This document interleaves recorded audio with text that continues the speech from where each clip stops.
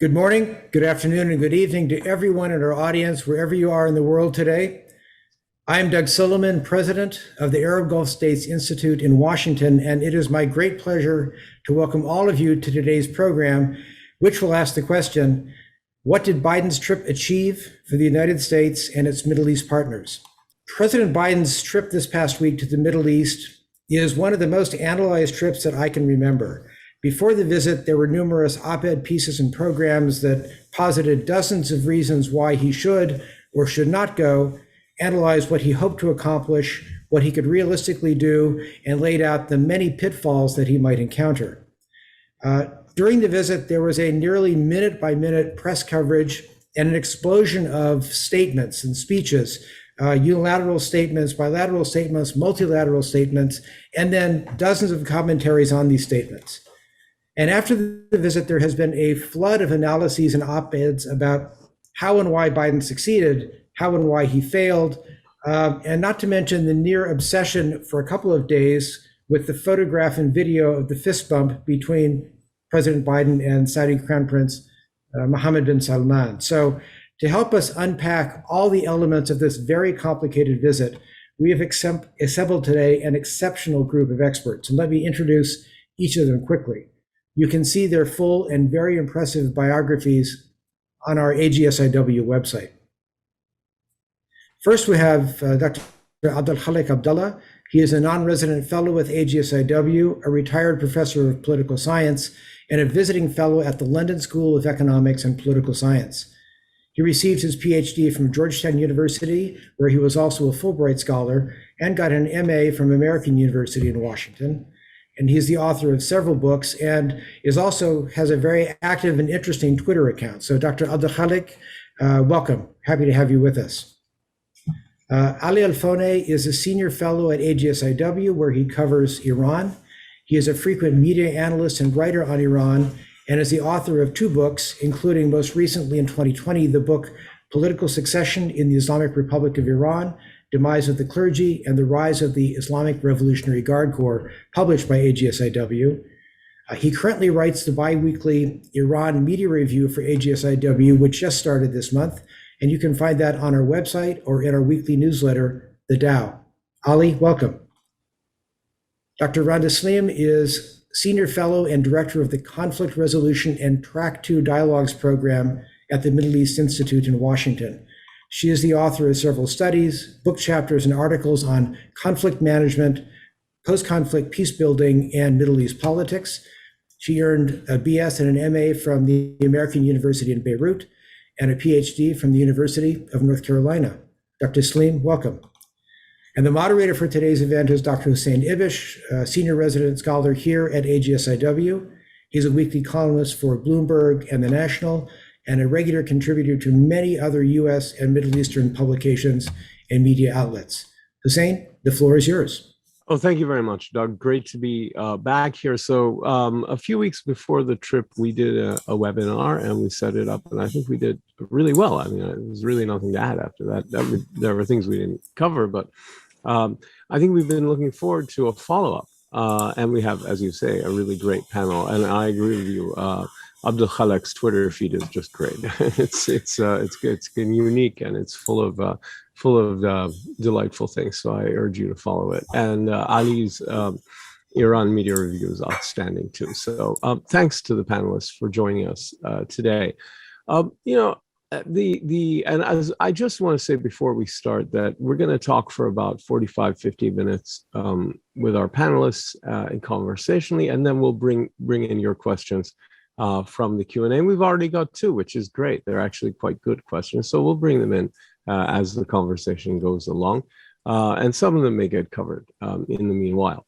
So back to the subject at hand, the long anticipated Biden trip has come and gone. And so the question is, what, if anything of relevance happened? Has anything changed fundamentally between now and before the trip began?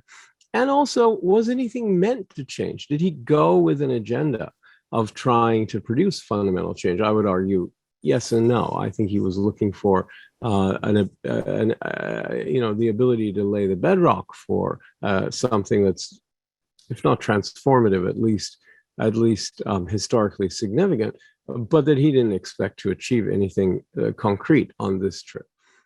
Everyone is spinning furiously. So what we're going to do, as Doug said, is to unpack the realities and figure out what the landscape really looks like. So, of course, there are the trivialities that are the strategic trivialities, like the fist bump, which is of political significance in the United States and maybe even to some extent diplomatic significance.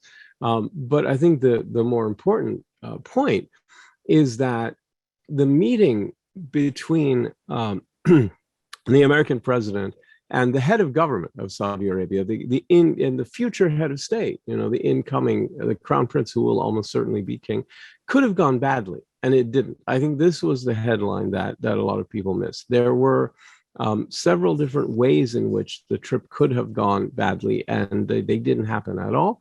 And I think a lot of people forgot that in the US-Saudi history, there were some really bad meetings, like the first one between George W. Bush and King Abdullah, that took a long time to repair. Nothing like that happened. And as a matter of fact, when it comes to the head of government to head of government policy meeting, that I think was high on the Crown Prince's agenda, you could tell from the press releases, actually went very well in the sense that they allotted an hour and a half for the meeting, as I understand it, and apparently went more than 3 hours. So obviously there was a lot of substance there.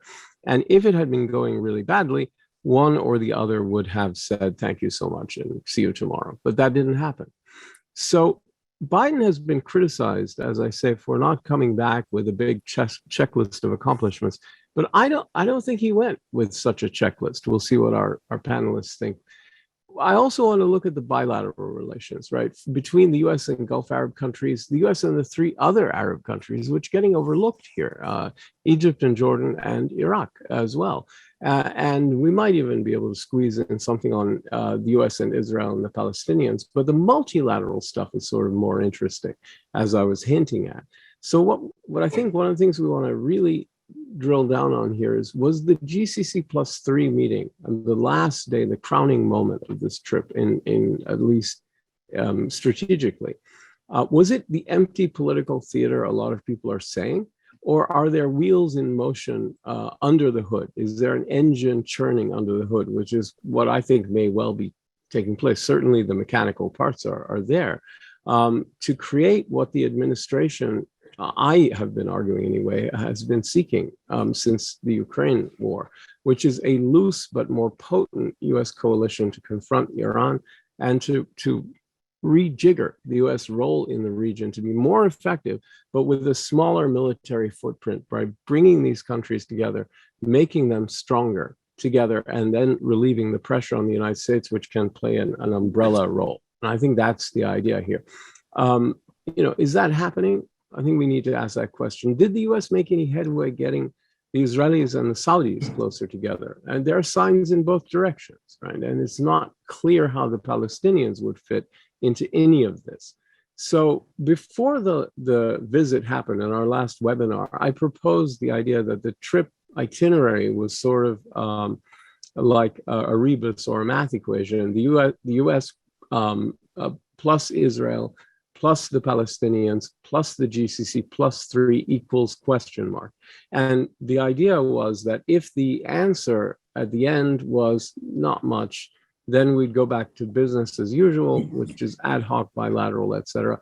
But if the answer is that there's something, probably something more than nothing here, and that there's something significant, then I think the stage is set for pursuing this, trying to build this strong, loose but strong coalition.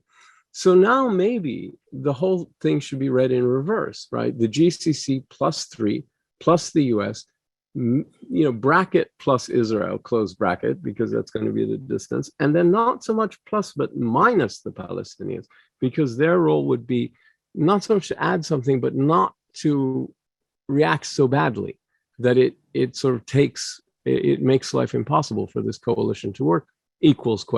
And I don't think we know yet. If it can work, how would that possibly stack up? Because that bloc does exist. The question is just, can it function in a more a coordinated way? If it does, how would it stack up against Russia, Iran, and maybe even Russia's also budding coalition that on paper and in aggregate is much weaker, but is much more vertically integrated, especially on the Iranian side, and certainly less fractious, which would be Russia plus Iran. And you see Russia, Russians going to Iran, but it's not just about drones. Russia plus Iran plus Syria plus Hezbollah plus Hamas plus the Houthis equals ? And it's been pretty potent so far. So the trouble from an analytical point of view, and this is where I think our guests are going to come in right now, is that at this stage for Biden, because the agenda is long-term and about setting things in motion, relative failure and relative success would look pretty similar. So we can say for sure that there wasn't any major failure, right? Because we would know it if there had been. That would have been pretty clear. But we also know there wasn't any dramatic success, but there was never going to be a dramatic success, right? There's no dramatic success on the cards or possible. The basis hasn't been laid. If this whole trip rather was to serve a purpose, it was to create the groundwork for something more substantive and publicly dramatic in the future. So evaluating the trip from the multilateral and long-term strategic perspective becomes really hard. But that's what I'm going to ask our panel to do today. Well, the bilateral is a bit easier. But I'll tell you what, let's go straight to the Gulf and ask Dr. Abdelhalek.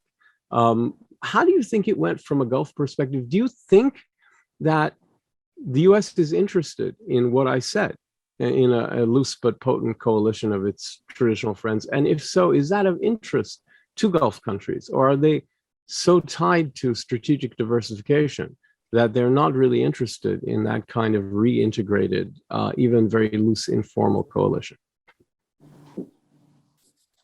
Well, thank you very much, Hussein, and glad that I am part of this panel to discuss what President Biden achieved, and probably to me, from where I sit, the better question, what did he not achieve?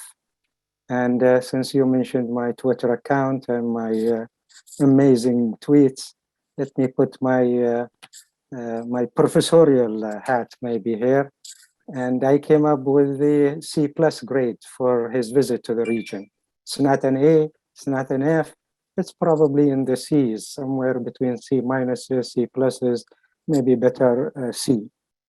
And I say that for a couple of reasons. Let me very quickly mention a couple of them here. First, I don't think the visit has helped dispel the view of the state that is no longer as reliable as it used to be. That's very important. I think there is this lingering view that American politics, that DC, that American presidents, etc., and American administration are not predictable enough, not stable enough to invest heavily for the future, long-term thing. That has not really was not addressed by Biden. I think he failed miserably to address that issue, which is in the background of so what could he have done that he didn't do to be more reassuring? I'm sorry to interrupt, but that's really important. Well, you cut me off, but there is. I did. If you want to go on with your statement and come back to that, yes, I like to come back to it. So just to keep my thought here as clear as possible. So that's an issue which has to do with American politics, American reliability, American predictability as a strategic partner for the future in this very diverse world. Biden just did not dispel that unpredictability and stability. The second thing which he failed to do is on the personal level. He really didn't connect well, actually as well as one would have expected. This was a visit for him, 2 days, 48 hours almost, to connect with the new leaders of the Gulf, younger leaders. Some he has not even met yet, okay? I don't think he made that critical connection. Personally, he failed to connect with the new leaders. He came up with all these statements, he raised all these issues, etc. Some of it just didn't go well, as you have seen through the exchange between Riyadh and Washington on the human rights and on the oil and on so many other issues. So in these two basic long-term GCC-US relationship, it's an F for him, coming from where I stand. However, the symbolic side, you talk about the symbolics of the visit, which is fine and great, but on the substance, I don't think he managed to really make a great deal of advancement on these two issues. Then there is the 4 no's that he walked away with. The no for a regional NATO. There was this talk about regional NATO, Arab NATO, American, whatever, Middle East NATO. He got a resounding no. He came here also for the China-Russia thing. And there was a big no, we're not going to side with America against Russia, against China. That's very important for the American. And that's what brought him just as much oil, by the way. So if you are here to convince us to be part of the American anti-Russia, anti-China, forget it, Mr. President. Then there is, of course, the issue of normalization with Israel. The Saudis were very clear. Okay, there is this little thing here, which is very symbolic about the 2 islands, about the flight over, etc. But on the substance of normalization between Israel and Saudi Arabia, he got a resounding no. So normalization, no. Middle East NATO, no. Oil, no. Is it fair enough to give him a C or a C minus or a C plus? Well, from you, it doesn't sound like F. it. F. Okay, so it's like an F. It sounds like an F. Yeah. What could he? No, have I done? give. Yeah. Okay. Go ahead. Sorry. What I'm saying, okay, that's on the substance of it. However, to balance the picture, it's good that he came. Okay. Okay. It's good that he met with these leaders. It's good that he recognized that oil is king and important. It is good that he recognizes that there is a need to not leave a vacuum in the region. That it is good to promise that America is here. So for that, for saying all these things and for doing all of this, it's not a complete F.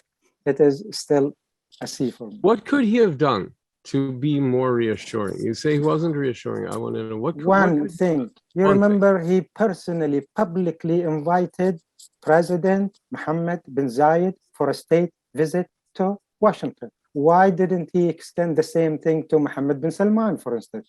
That would have been a gesture. That would have been the big-time news, and the gesture that was expected. Issue, yeah, but you talk about the fundamental trust in the United States as a system. What I mean, I'm sort of struggling to understand what he could have done in this trip to repair. In other words, isn't the repair work needed a sort of a years, if not decade-long project, because it's been so long in the making? But it wasn't being repaired, Hussein. If you look at the substances on the unpredictability, reliability, trust in America, etc., the visit did not repair any of that. He came not to even address AGC. Yeah. Okay. He came here to do the Israelis' agenda more so than the invest in the relation in the Gulf. I understand what you're saying. American relations. I think your answer just underscores the difficulty of repairing. But let me bring in some of our other colonists. Randa, what about the other Arab countries and the Palestinians, the 3 and the +3 and the extra 1? How does this mean anything for them? Did they get anything out of any of this? I mean, were they just there? Personally, can I say a little bit? Yeah. Can I bring a U.S. perspective as well, or you are going to wait later? No, so if I take the no's that Dr. Abdelhalek just mentioned, I mean, and you measure and you use those no's against the objectives that the administration has put for itself ahead of the visit. By the way, the messaging of the administration about its objective was a mess. It was an incoherent always. Yes. And they did not really do a good job about that. And so if we take the 4 no's, it's very much the 4 objectives that they wanted to achieve from the trip. And so if the Gulf reaction to those 4 objectives is a no, no, no, no, then I don't know what the visit was about. So that's from the US perspective. So from the beginning, I recently commented that it's not clear to me what the US got. And Abdulkhaleq confirms that they did not get much, except maybe putting or laying, as you put it, Hussein, putting the tracks for a new reset for the relationship between GCC and GCC and the United States. As for the other countries, the one country that was, heavily mentioned again by the Americans is Iraq, and especially in terms of this interconnectivity between the Iraqi electricity grid, the Saudi, and the Kuwaiti. And it's nothing new there. I mean, the MOU was signed in 2019. Nothing happened until now. Recently, 2 days ago, the acting minister of electricity of Iraq said, well, this connection maybe can meet at most 5 to 10% of Iraq needs for electricity. At the same time, Iraq has gone ahead, signed a 5-year agreement with Iran, for importing electricity from them, supposedly at better prices than they had in the past, which were pretty high compared to the international price market. And he said it's going to take at least 2 years to complete. So again, this is a project that the administration, talked about interconnectivity, integration, and I don't think we can say a plus. As for the Palestinians, my God, Israel definitely was the winner. If there is anything, the agreement, the Jerusalem agreement, is a confirmation of what Israel wants and what Israel is doing. And the Palestinian, what did they get? They got, hope, believe that things can happen in the future. Hope springs eternal. And they got few hundred millions in humanitarian aid. And he did not mention the word occupation, not once, when previous presidents, during their visit to Israel, to Bethlehem, to West Bank, will mention, they basically said they stand against occupation. He did not comment on the settlement expansion, not once. He did not oppose it. So the Palestinian really got nothing from this. They got nothing. And as you said, if there is this big, coalition in the making, maybe after hearing Abdulkhaleq, it's not true. Maybe it's not the case. Definitely, the Palestinians are the losers here. I want to just comment one point: is that one objective, in my opinion, that the administration wanted to get is this formation, as you put, of this access against Iran. Because the JCPOA negotiation are basically failing. It's just a matter of time before they are declared over. Well, it's too late. Yeah, it's too late. So, one way to get for the US to get leverage, against Iran for the future negotiation is to form this axis that you are talking about, correct? And if the main building blocks of this axis, meaning the GCC, meaning Arab countries, are not on board, it's going to be very hard for the US to get this leverage. Right. No, true. So, Ali, are the Iranians feeling very satisfied? Are they feeling reassured? Are they feeling happy? How are they feeling? Well, first of all, good morning, and thank you for providing me this opportunity to share my analysis with you. Now, I completely agree with Randa. Here we have Iran, which feared to be isolated, which feared the formation of a solid anti-Iran alliance led by the US, and built by President Biden during the visit to the Middle East. What in fact happened was that we began to see the differences between the United States and Israel and the US and its Arab allies when it comes to Iran. All three parties, the United States, Israel, and the Arab Gulf states are having a shared perception of threat, the Islamic Republic as a shared threat against all of them. But there does not seem to be a shared vision among these three actors concerning what ought to be done with Iran. From the US, we saw President Biden talk about diplomacy, which everybody knows, as Randa also mentioned, is failing.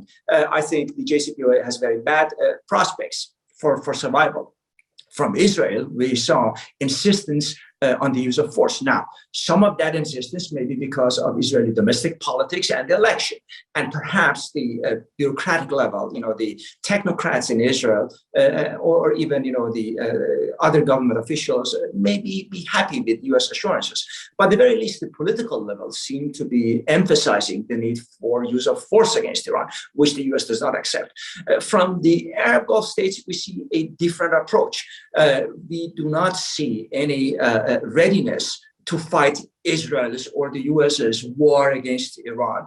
As a matter of fact, we see attempts to normalization of relations with Iran, normalization of diplomatic relations. There is very serious talk about reestablishing diplomatic ties and exchange of ambassadors between Iran and the UAE. Mr.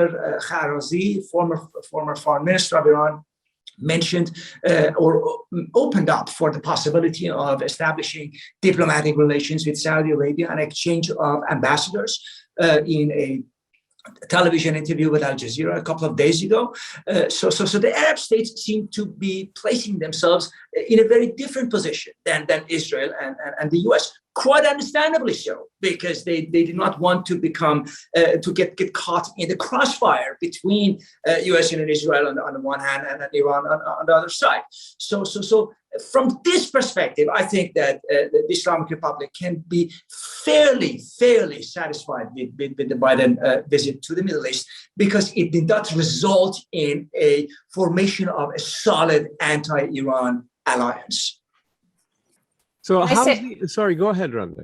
Yeah, and I mean, why they failed to get this kind of alliance, especially the support for the alliance from the GCC countries, and Abdulkhaleq can speak more to that, than me. But I think the trust issue, which has been with this administration since Obama. Remember, this is an administration that the GCC has known, or most of the people in this administration, the GCC worked with in the Obama administration. So there is this trust issue. And two is that until now, the administration has not been able to provide what is a plan B.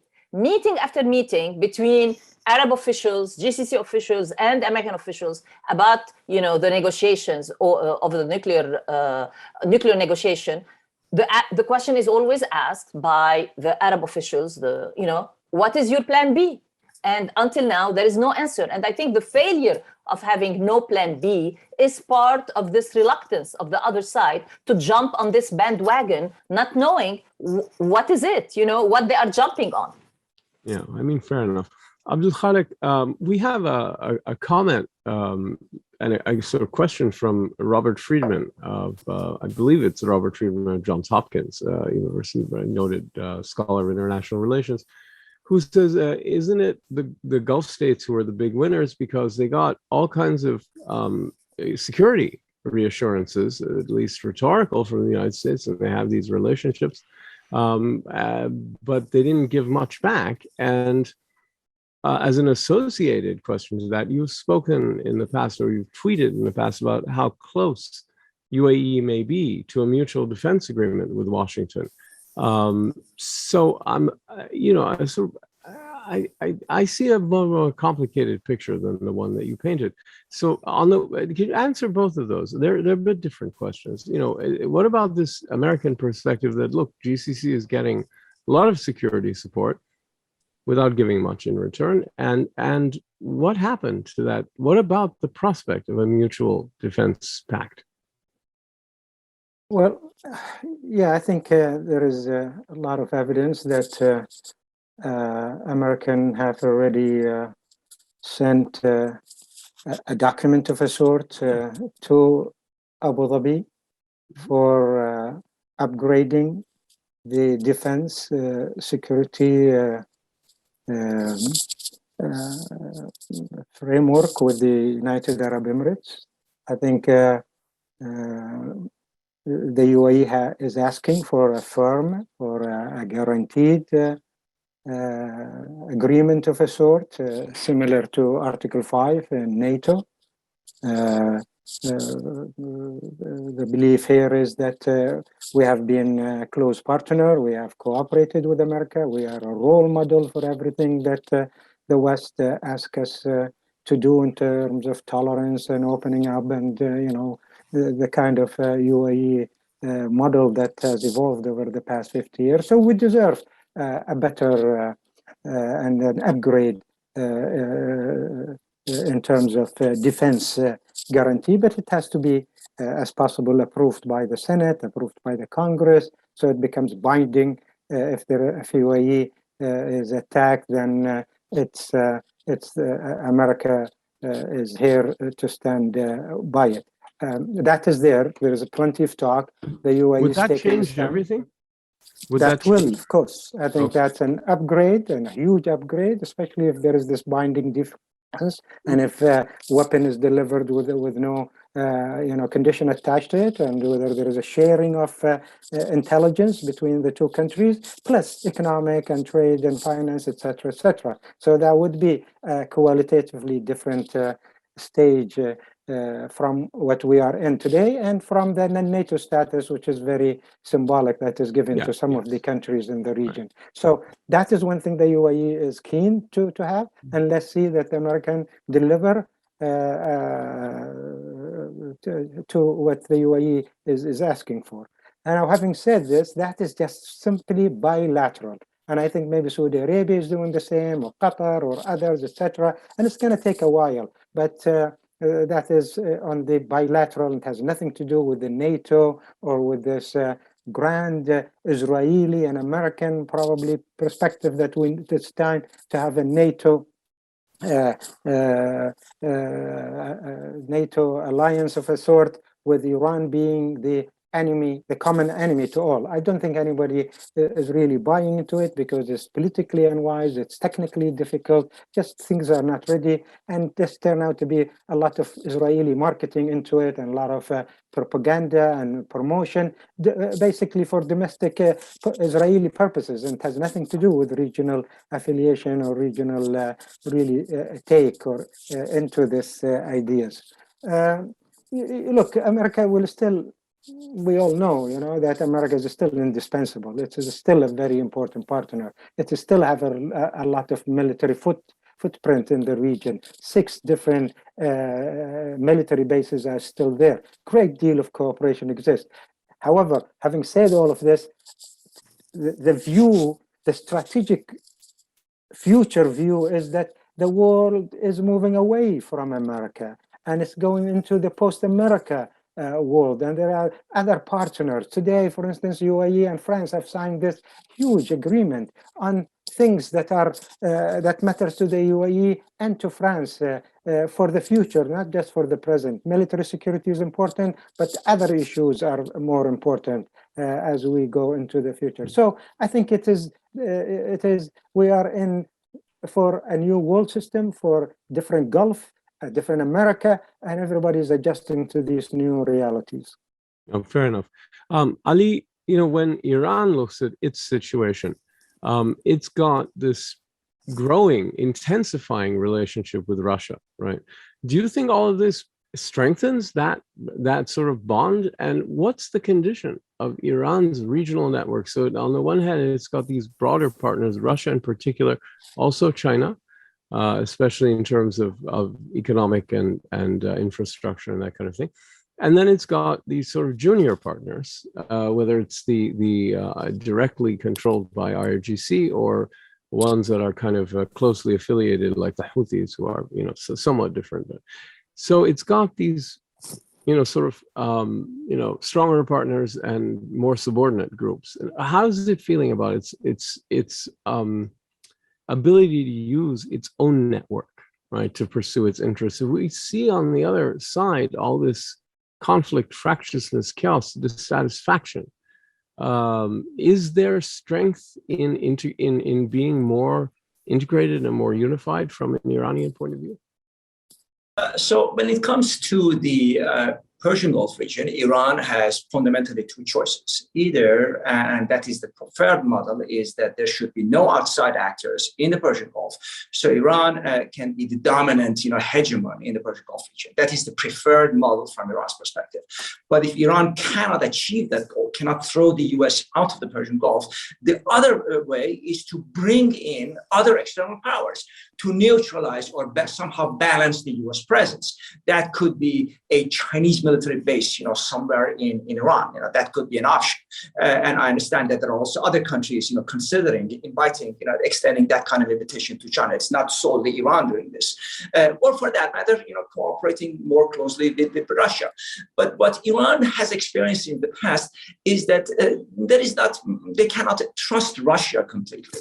Even in a country like Syria, where Iran suffered all the casualties and invited the Russian Air Force to stabilize the Assad regime. Once the Assad regime was stabilized, Russian government demanded that Iranian forces and their proxies and allies should leave Syrian territory. And that was a terrible surprise for the IRGC, which I hoped that they perceived their relationship with Russia as strategic. Russia saw the Iran-Russia relationship as purely tactical, as a means of irritating or provoking or counterbalancing the United States presence in the Middle East region. Now, perhaps because of the Ukraine war, Russia is in a different position.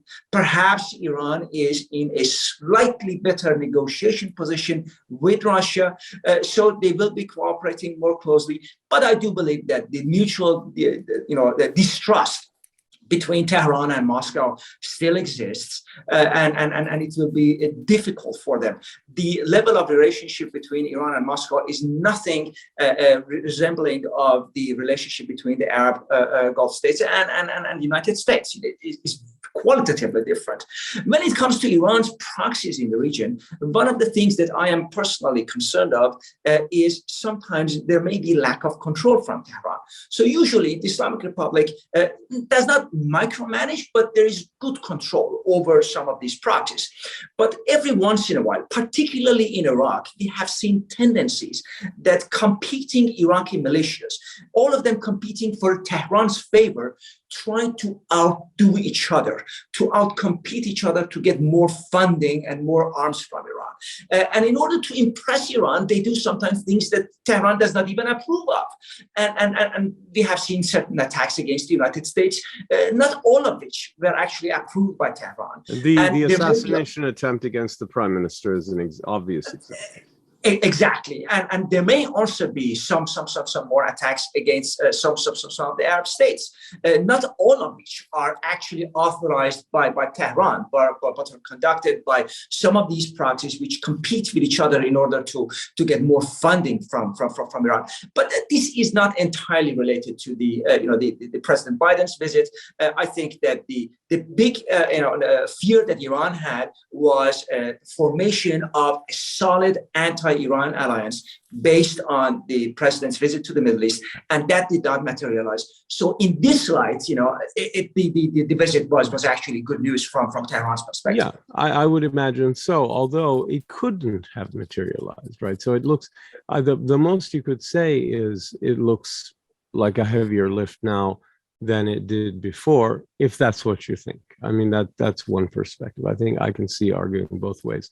But Randa, I'd like to ask you about a very important but woefully overlooked country in this equation, which is Jordan. Right? Jordan has had a really rough time in the past few years. And the Israeli-Palestinian end of the trip was maybe more important for the Jordanians than the Gulf GCC +3 end of the trip that they actually participated in. How do you think the Jordanians are feeling about things? They patched up a bit with the Saudis, right?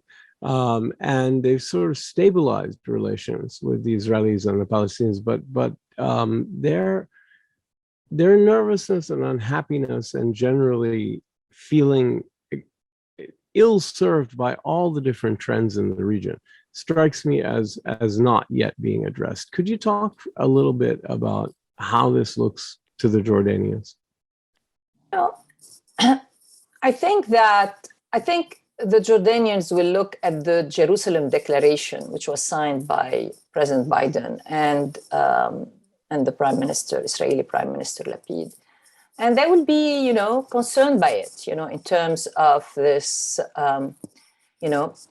there is on one hand the support on the American side for the two-state solution. But as I said earlier, there has been no articulation by the president himself of any opposition, to the occupation.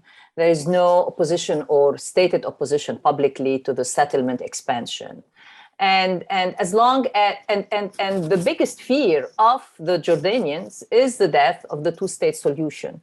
And what we are seeing on the ground is, the creation of a fait accompli that means the death of the Palestinian, of the two-state solution. And I think that would be of concern, to the Jordanian.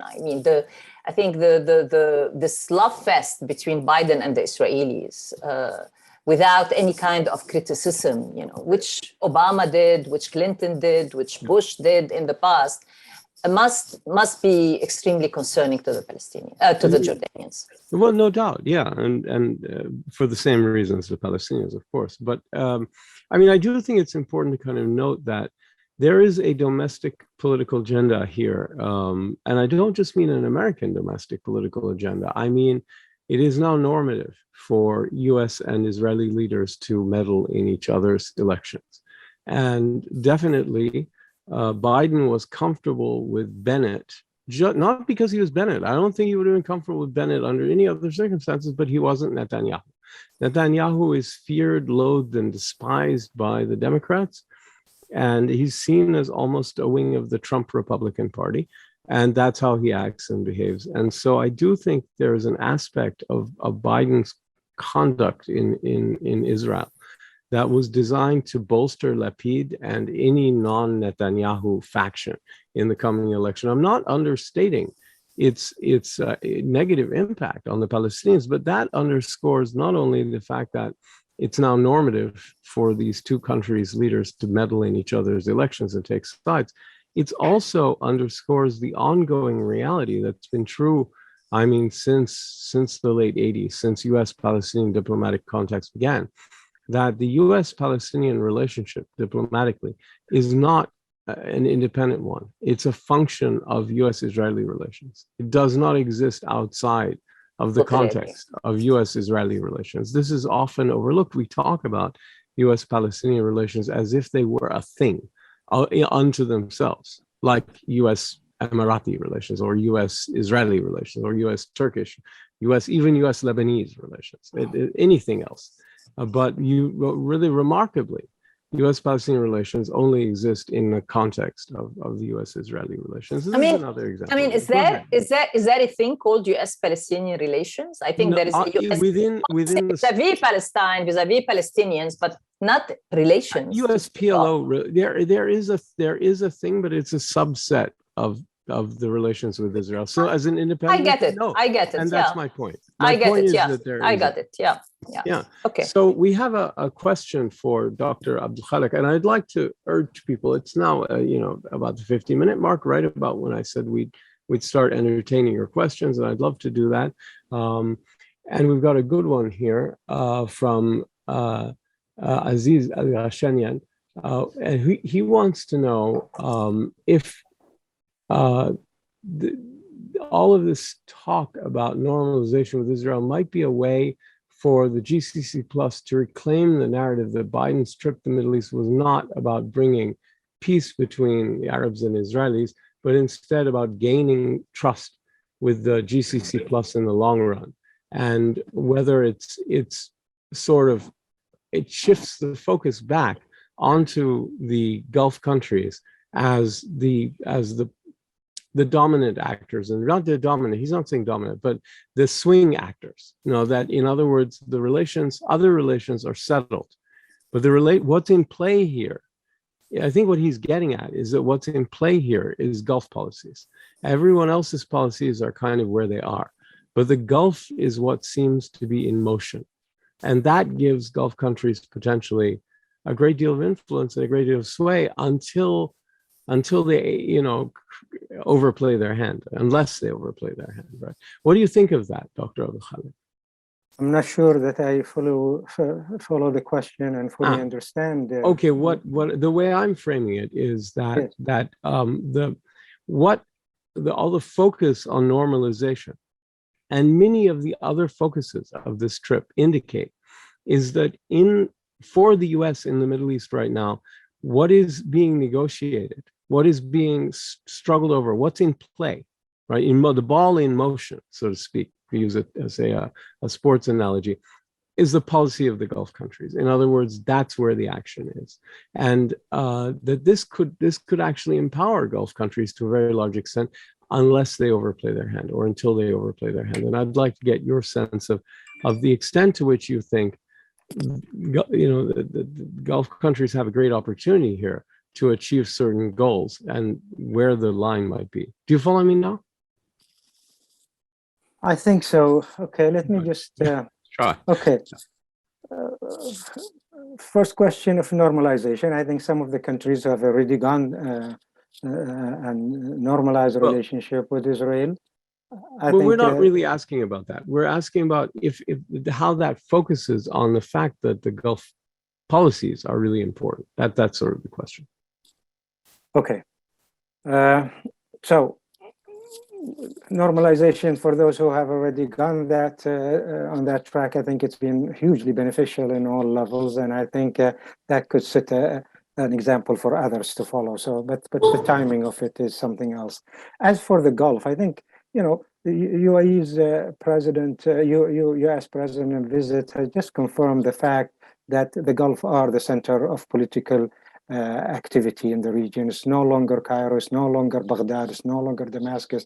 It's really Riyadh, it's Abu Dhabi, and others. So that's a huge recognition, and it is supported by the fact the Arab Gulf states today are more confident of their regional visibility and regional power than ever before. They have the resources, they have the soft power, they have the hard power. So in terms of being confident of where we are at, I think that the Arab Gulf state today is more confident than ever, and the rest of the Arab world recognizes this, including the big ones like Egypt, etc. Okay, so we are in no doubt that decisions in the region is taken here in the Gulf rather than in the old centers of activities. And President Biden's visit coming to Riyadh is a recognition. He could have gone to Amman, he could have gone to Cairo, and he asked others, he could have asked others to come to meet him in these places. But he found out that no, he has to come and he has to land in Saudi Arabia,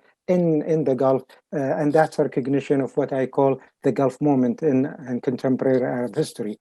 However, as confident as we are, hopefully we are not overconfident. Sometimes some of the things that the Arab Gulf states have already taken upon themselves, responsibilities, turn out to be overwhelming. Yemen, maybe, Libya, other places. It's just example.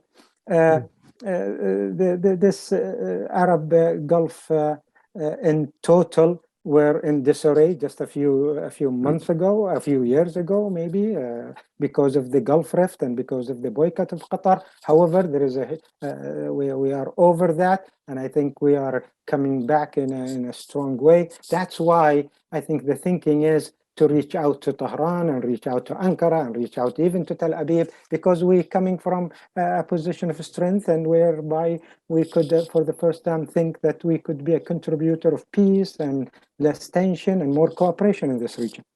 Thank you. I just want to be clear for the audience what sort of I was getting at, which is that personally, I know what most of the policies of these governments are going to be in the Middle East. The ones I'm not sure about are some of the Gulf countries. I'm not 100% confident where some of the Gulf countries are going on certain multilateral issues. I'm not sure, and that's what I meant by in play. But go ahead, Randa.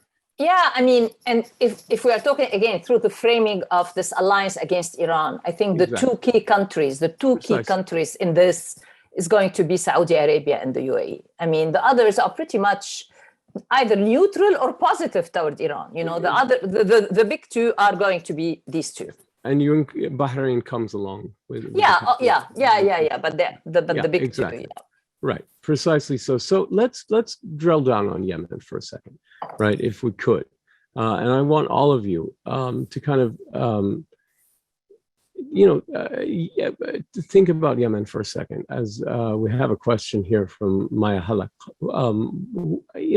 So the question it really is: we've got Biden putting all this emphasis on a truce, which Saudi Arabia has agreed to maintain despite some provocations. But, there is a Houthi side here. Exactly. And it could go really, there is no guarantee this truce would last. There is no guarantee the Houthis want the truce to continue necessarily. There's no guarantee Iran wants to encourage the Houthis, and we'll ask Ali about that, to maintain the truce. So so there are two angles. First, Ali, I'd like to get from you, what do you think about that? And then we'll frame it in a slightly different way. From the perspective of Iranian strategists, particularly those close to the Islamic Revolutionary Guard Corps, the Yemen war is more or less identifiable with Prince Mohammed bin Salman. So, in other words, if the war goes bad for Saudi Arabia, the Crown Prince of Saudi Arabia will be personally blamed. This will damage the Crown Prince. This is their perspective. So some may be even arguing that they can destroy Mohammed bin Salman by continuing the war in Yemen. But there is another camp in Iran, as always, the more technocratic camp, saying that Iran can use the Yemen as a bargaining chip with the coming king of the future king of Saudi Arabia. In other words, they may ease the tensions or heighten the tensions depending on Iran's needs and Iran's level of negotiations with Saudi Arabia. If the overall Iran-Saudi relations go bad, Iran can make the tensions go high in Yemen. If the talks go well, Iran can make the situation slightly more stable. But in general, Yemen is a godsend gift, for the Islamic Republic, because they believe that it is something that they can use tactically in relations with Saudi Arabia and can influence, the very person of the Saudi Crown Prince. There's no real cost for Iran. I think that's what it comes down to. Except cheap Iranian weapons. That's it. Yeah, right. So then let's expand the question then, Randa, for a second. What do you think the likelihood is that well, actually, let me bring in Abdulkhaleq first, and then we'll come back to Randa. So, Dr. Abdulkhaleq, what do you think the likelihood is that Saudi Arabia is going to persist in this truce into the indefinite future, or is there much of a chance that you could actually parlay it into some kind of a broader, long-term ceasefire or even a peace agreement inside Yemen? I think no country today in the world on earth needs this truce to last and peace to take place in Yemen more than Saudi Arabia. As everybody knows, maybe, this has been hugely costly to Saudi Arabia and to the Gulf states in general. And this is nothing that the Saudis want to continue a day more. So if there is one country that wants this truce to hold, it's Saudi Arabia. The one party that doesn't want it to hold is Iran, probably. And as Ali have said it, they're using it as a negotiating tactic. But from everything we know, there is a lot of pressure on everybody in this conflict to adhere to the truce.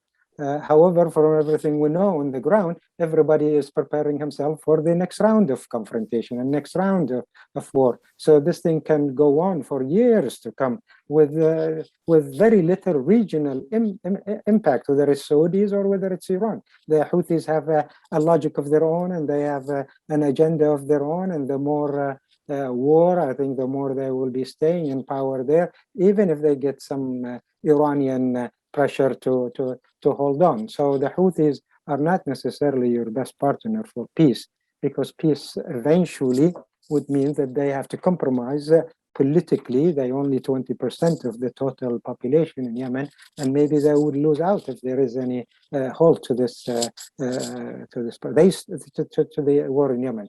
They started it. They are continuing it. And I don't think there is a need for them to stop anytime soon. There is no leverage. Nobody has leverage over them. America doesn't have any leverage over them.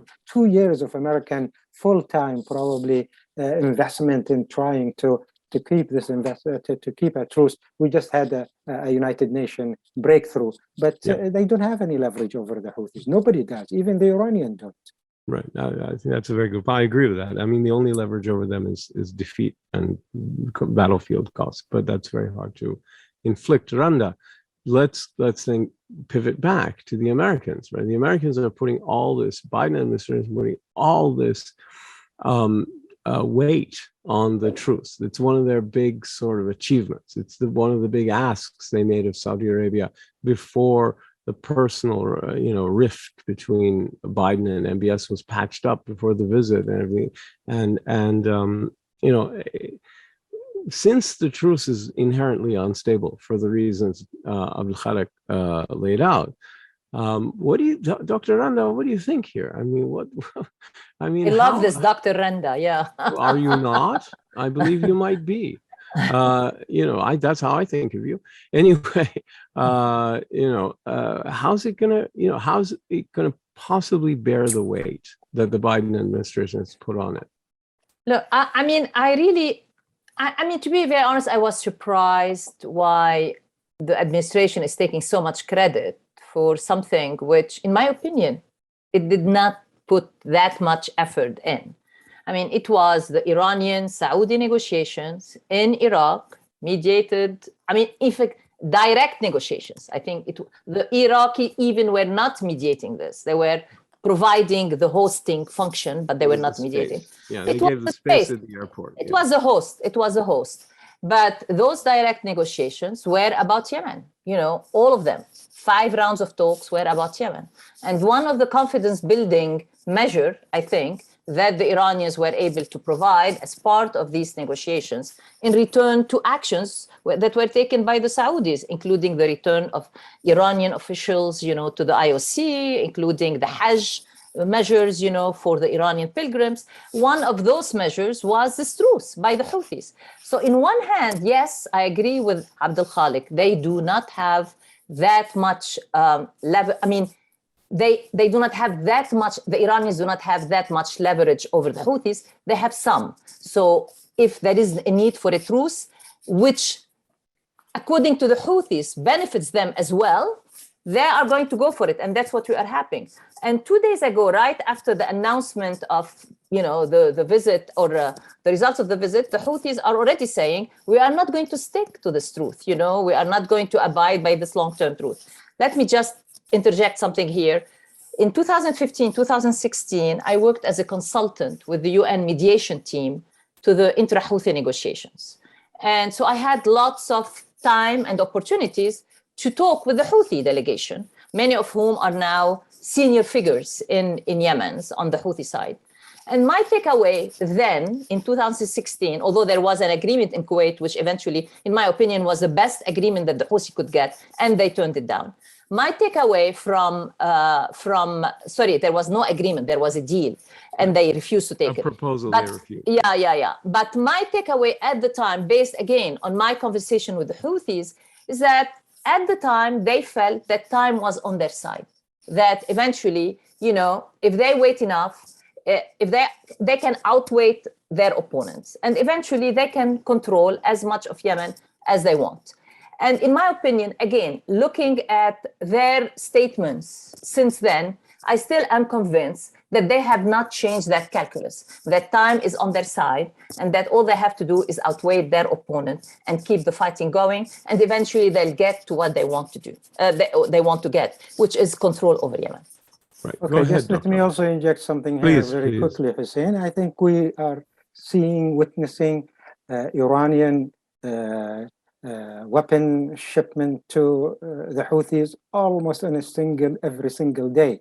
Iranian missiles are penetrating into Yemen, so is the drones, so etc. So the Houthis are getting massive amount of Iranian weapon, sometimes through Hezbollah, sometimes through their own way of going around the blockade, etc. So Iranians are not serious. the one area that they need to show seriousness, whether this is really is what interests the Saudis the most in the negotiation that Randa has just outlined, is weapon shipment to the Houthis. They are getting stronger by the day because of the Iranian shipping missiles, drones, and weapons of all kinds to the Houthis. Yeah. Let me just throw in a comment, because it's a very interesting one from David Mack, the venerable David Mack. He says a trip to the US by MBS would be a disaster, since reaction to him by the US public and Congress would likely be negative at this point, even if he increases production of oil in the interim. I think that's probably true. By contrast, a trip here by MBZ would be a major success, along with advances in US relations with Jordan and Iraq. So that's a comment. It doesn't call for any response. It doesn't, and I don't think any response is appropriate, frankly, except to say I agree with him about that perhaps now is not the time for the Crown Prince of Saudi Arabia to visit the United States on future date, perhaps. But short of the visit itself, it could have been a huge gesture if Biden just extended the invitation. Okay, he could have, the timing of it. The timing of it could have been, anybody's guess. But since he did not even extend that invitation, in itself didn't fare very well in Saudi Arabia and the region. I don't think our friends in the region appreciate enough the political cost that Biden has incurred by taking this visit. And I don't think you appreciate enough. And, the political cost he got vis-a-vis, especially ahead of November elections, this is huge. And he should be given credit for that by our we do. I said it is good that he, came to the region despite all the, the fuss about the visit. So in that sense, he deserves. What do you give him, Randa? No. I give him credit, but if I measure, in any evaluation, as you well know, Professor, you evaluate against objectives stated by the person conducting the project, whatever. So when I evaluate the results of the trip versus the objectives stated by the administration, I personally give him at best a D+, so. Okay, I see it very differently, but I'll say. We disagree with you, Hussein. Yeah, I know. Maybe I'm a Pollyanna, but I just don't think he went with a big agenda. But that's sort of my view. But anyway, one agenda that it was very clear is that he wanted to counter China, Russia's increased influence in the region. And he wanted these people to, to become more of. Anti-Russia, anti-China. I think that's in his mind. That is even more important for American strategic thinking than visiting Israel, probably. Right. He just simply walked away empty-handed. He didn't get much from it on this trip. I agree with that. The question is, did he really expect to get much? But it doesn't matter. Now, what I'd like to do is say something, add something which is really important, which is that in terms of credit for the visit and the cost, because Randa is right, I think it's important to say that it's not the midterm voting. People in the United States are not going to go to the polls to vote based on anything in the Middle East. It costs him in Congress. Yes. And it complicates his ability to pursue his agenda legislatively. Yes. It compromises his role as the leader of his party. And it's a Washington thing, and an intra-party thing. Doesn't make any difference to the Republicans and doesn't make any difference to the polls. But in what happens in Congress makes a difference in the polling. And that's what so it is this roundabout indirect thing. The cost is high, even if, the American public doesn't know or care what it's all about. But there is a good portion of the American public that cares about the visit to Saudi Arabia. There is a politically engaged people do have opinions. Activists, human rights community, they care. It costs him in his own party with the activist base, no doubt. And especially and that redounds back most in Congress again, rather than at the polls. But you're right. No, you're right. There's just I'm just amplifying where I think the cost is highest. So I think that's it. So Ali, let's come back to Iran and the U.S. It is politics, but also elections. So we kind of agree that the nuclear negotiations are stalemated to the point of being they would have to be revived. They wouldn't, it's not like they would be saved from death. They'd have to be brought back from the dead, which can be done. But we hear stuff from Iran about let's wait until after the midterms, or even let's wait and see until after the election.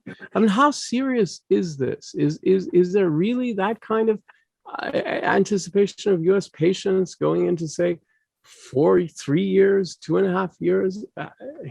Help me out here.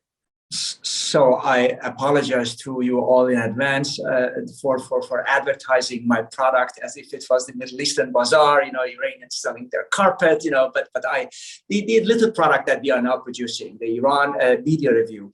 The latest issue from today actually is a translation of some sections of Dr. Kharazi's interview with Al Jazeera television, in which he fundamentally says that Iran has now the technical means to develop a nuclear weapon. Now, that is a very interesting statement to deliver right now, because, remember, there was, a few years ago, something called the nuclear fatwa of Ayatollah Khamenei, saying that, possessing and building a nuclear device was contrary to Islam, or his understanding of Islam, and all those things.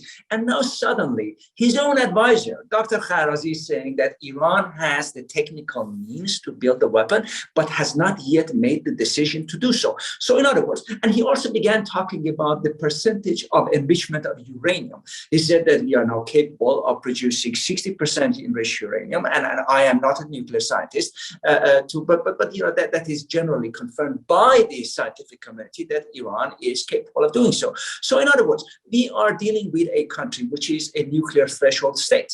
Yeah. In other words, it can, in a relatively short span of time, develop a nuclear deterrence. So now Iran has to make a fundamental choice.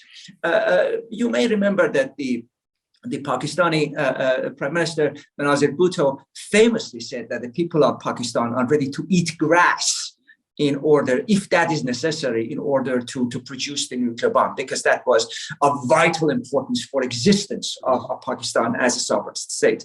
Now, I am not entirely sure that the Iranian public is ready to eat grass. They are already suffering, and there are signs of unrest in Iran. But the regime may have reached the conclusion that it not only has the means to produce a nuclear device, but also it has the infrastructure to suppress the domestic opposition and domestic uprisings, the bread riots that we have seen in the past couple of months. If they believe that they are capable of doing so, then they may actually take very dangerous decisions in the coming months and perhaps the coming year or so. Sorry. If they're so confident, then we will. So I want to just point that one of the really interesting tidbits in the tsunami of press releases and readouts and fact sheets and what have you that came out, especially out of the White House, right? I mean, it's like literally 20 plus documents over those 4 or 5 days. What was the Jerusalem declaration?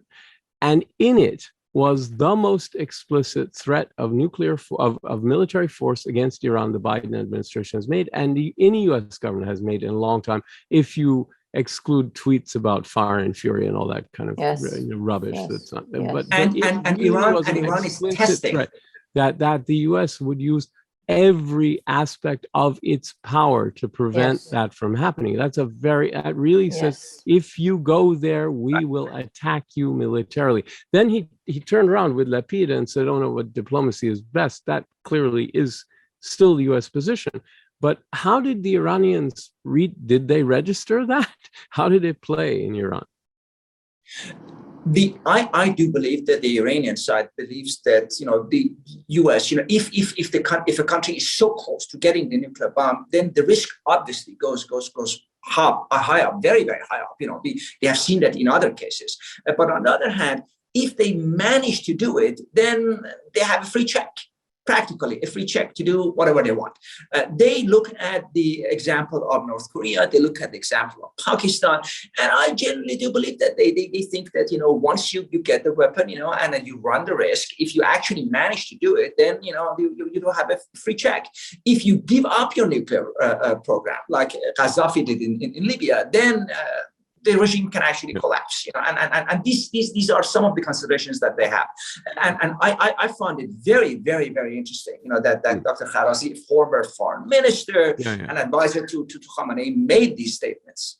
Okay, thank you very much. So Randa, you've got to go to a flight, so you've got just a couple of minutes left. So I'm going to give you the last word. Then I'm going to go to Abdulkhaleq to respond to that, see where the Gulf countries may be on, or at least some Gulf thinking maybe on Iran's nuclear agenda.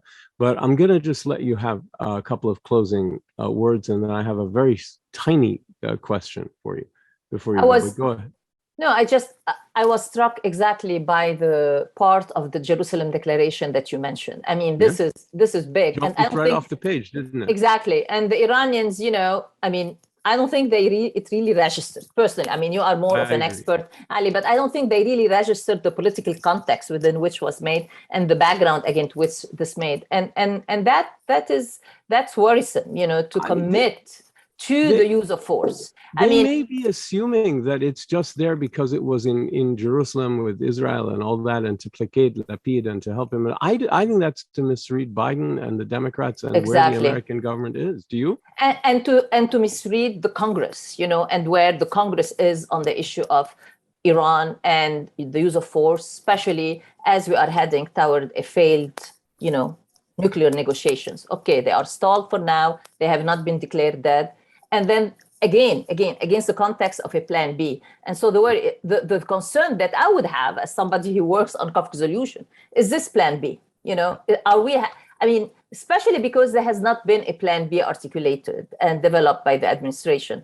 And so this statement being made against that context worries me a lot as something that we are heading toward.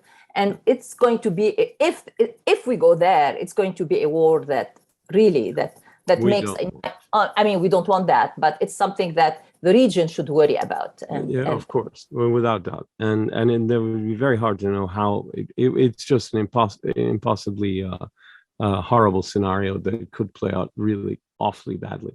Anyway, you have to go. So I'd like to say thank you so much, Thank you, Randa. And one quick question before you leave. Somebody wants each of us to give a letter grade to Biden from F with pluses and minuses, like a professor. The rest of us we already, some of the votes are in, but we're going to do it again at the end. But since you're leaving. I already said I give him a D.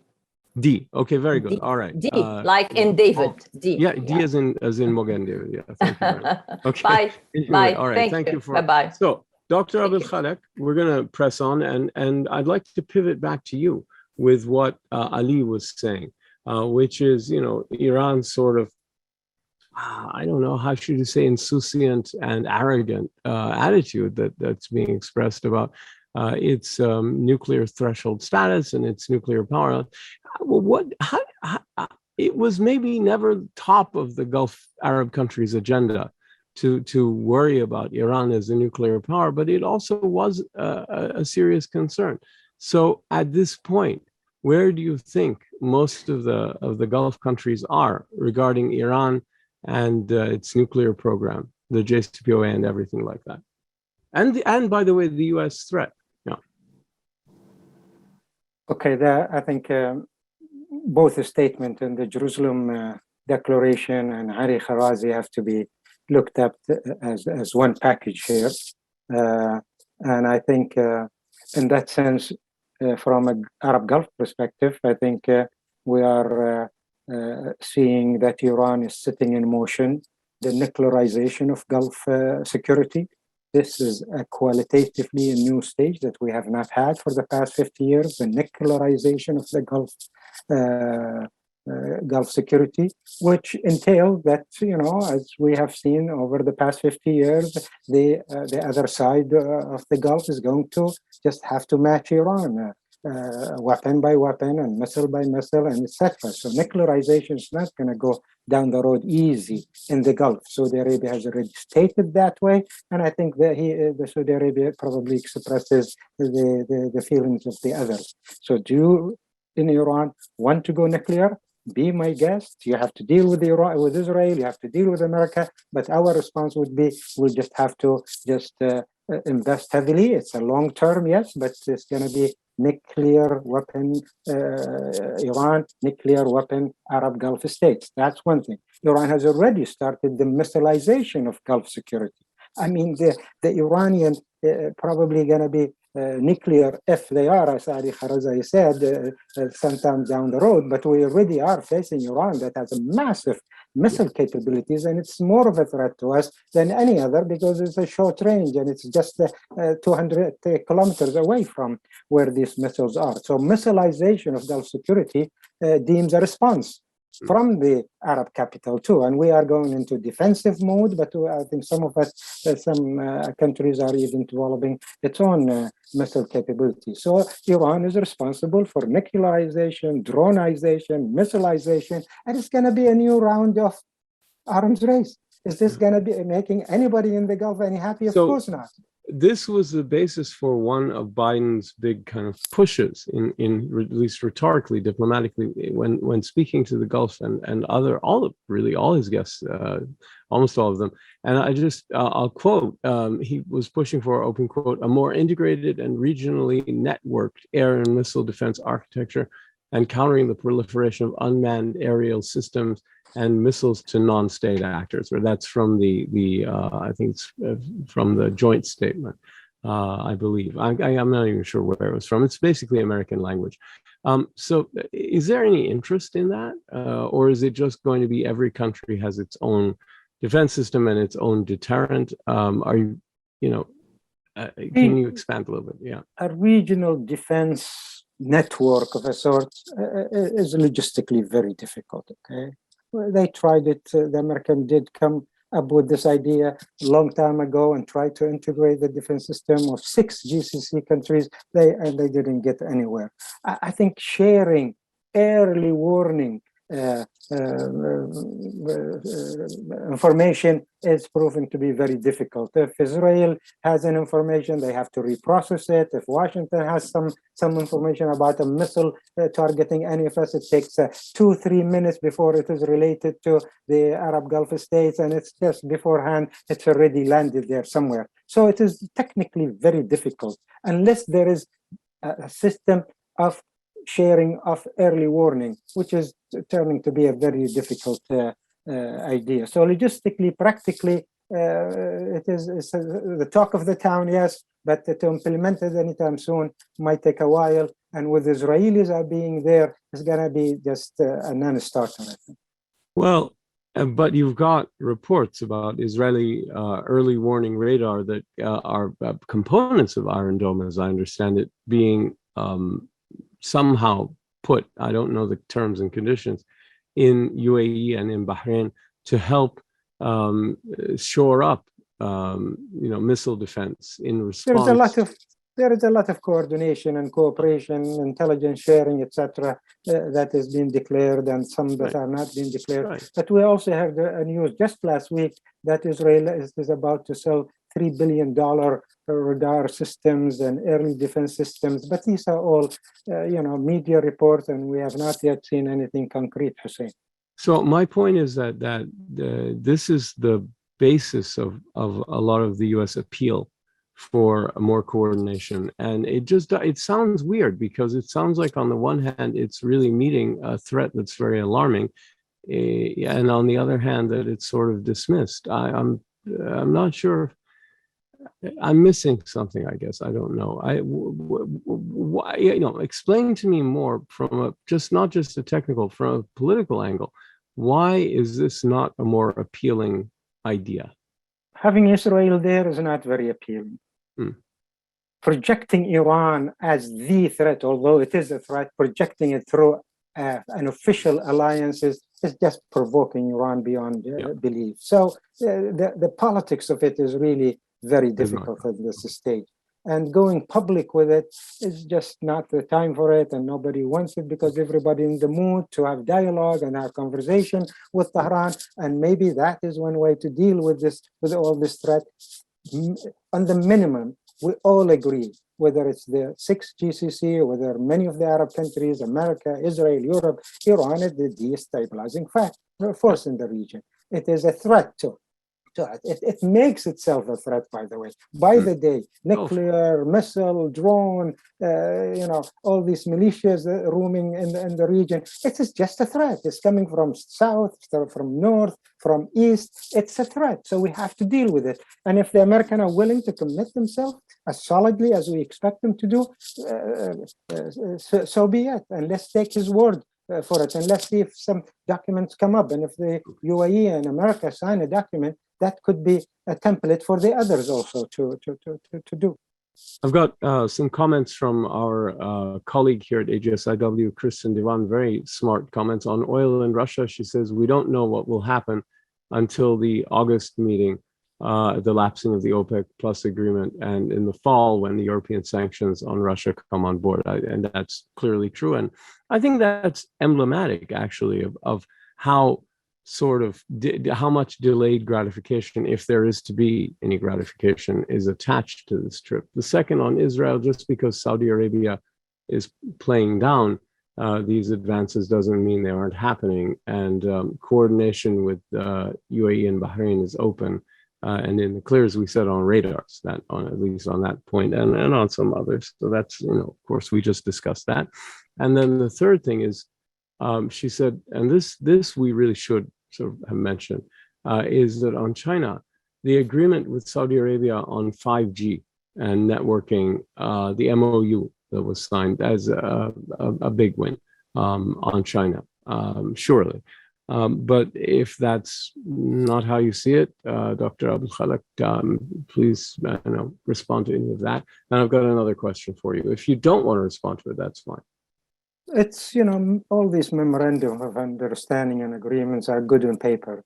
The next stage is more important, the implementation of them. And we have seen hundreds of these MOs and agreements have been signed between these countries and others. And maybe 10%, 20% maximum has been on the delivery of it. It takes time and it takes a lot of investment. And as I said at the very beginning, 5G, America has a long way to go. It's more available from the Chinese, and it is there already. So it's how do you weight all of this is something for the decision makers to contemplate on in light of this visit. But this visit did not restore the full confidence in America as it used to be.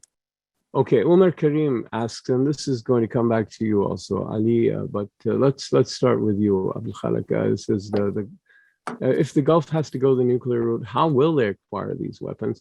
And how will they avoid and counter the international non-proliferation regimes? And it will take, he says, at least 20 years. Is it really practicable? And I would throw in, what if the United States were to offer as an alternative a nuclear umbrella? Kind of a trigger for American defense as an alternative. Well, that will be nice. If the American make that kind of gesture, that would increase strategic reliance on the United States of America, and it spares us a lot of investment. But I think, look, Iran nuclear capabilities didn't come overnight. It has taken 30 years to build these capabilities, and we probably have to do it in less than that time if we are seeing Iran developing the weapon. If there is an Iranian bomb there right away tomorrow, then probably in 10 years' time, maybe more or so, with the help of so many people who are willing to help, we will have probably Saudi Arabia and the Gulf State probably have a bomb of their own. That is going to be a nightmare scenario. We don't want it, but in light of Kharaizi's statement, probably that's the future we are all heading into. So Ali, this is the last question for you, which is, I'm still struggling to understand if the Iranians are just playing games with the indirect negotiations, or do they hold out any intention of possibly returning to the JCPOA or making some other compromise, or are they confident? You talked about their confidence. Is their confidence or overconfidence so developed that they would be happy to sit where they are and maintain this threshold status until they decide to move ahead on their own? And is that going to be something that they're comfortable with? Well, right now there are fundamentally three theories on why Iran is stalling the nuclear negotiations. One theory is that the Islamic Republic is waiting for elections in the US. Perhaps for Congress, perhaps even after President Biden, nobody really knows, but Iran is waiting, and it believes that it can afford to wait, so it can be absolutely sure that the government which makes a deal with Iran is also capable of keeping the deal once this president is out of office. So it will not be revoked, just like under President Trump. The second theory is that within the Islamic Republic, the nuclear negotiators are simply too afraid of taking responsibility for making a deal with the United States, because every single president who has achieved anything in negotiations with the US, either directly or indirectly, has since been accused of selling out of Iran's national interest, betraying the Islamic Republic and Iran's nuclear program. So it is a very real issue for Iranian negotiators and for Iranian presidents. No one wants to take responsibility and then be held personally responsible once the deal collapses or the US walks out of the deal. And the third theory is the one that I'm trying to communicate and propagate, and it is that the Islamic Republic is very overconfident. They believe that they managed to survive the maximum pressure campaign of President Trump. They believe that they are capable of suppressing a hungry population which takes its protests to the streets in the country. They believe that they can suppress those. And if they also believe that they do have the technical means to achieve a nuclear weapon, then the risk may be worth taking. And this is where I am with regard to their understanding and perception of how to proceed from here. But just rounding up the entire debate that we have had today, we began by saying that my argument fundamentally was that President Biden, the Israelis, and the Arab states have a shared threat perception of the Islamic Republic as the biggest threat, but they don't know and they do not have a shared vision for how to deal with Iran. And those conflicts came up to the surface even during President Biden's visit to the Middle East.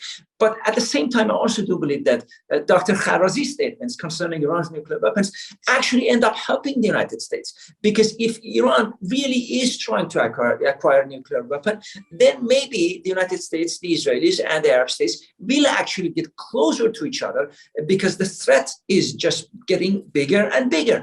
And at some point, there will also be a shared vision for how to deal with the Islamic Republic. Yeah, I agree. I don't think that last matter is settled at all. So to bring us back to the final question that an anonymous guest asked, and I already put to Dr. Salim, who has left, a letter grade for the trip. Ali first, and then we'll. But the grading I leave to the professor. As a student of political science, I don't dare doing such a thing. So that's an incomplete, not applicable. N/A. Fine. Dr. Abdelhalek, thank you for being with us. Letter grade, you gave it before. Tell us again. I mean, C+ is my C+. Very yes, good. Sir. Okay. How was yours? What's yours? Yeah, I was going to say, so I'm grading not on a curve, but in context. And I'm thinking about what is possible diplomatically, politically, strategically, and under the circumstances in its totality. I'll give him a B. A B, and if you wanted to push me, I might be pushed higher to a B+ rather than to a B-. I think it was a solid B. I think nothing that could have gone wrong, all the things I worried about, and they were substantial, did not happen. And nothing major was accomplished. I would have been thunderstruck if it had been. I would have been flabbergasted if anything major had happened. A lot of minor things happened. Whether this sets a stage for something bigger or not, I think is really the open question. And I wouldn't have expected that to have been answered at this point. So I'm a B. But I want to thank you both very much Ali and Abdulkhaleq, and thanks to Randa. And thanks to everyone for joining us. We'll do it again very, very soon.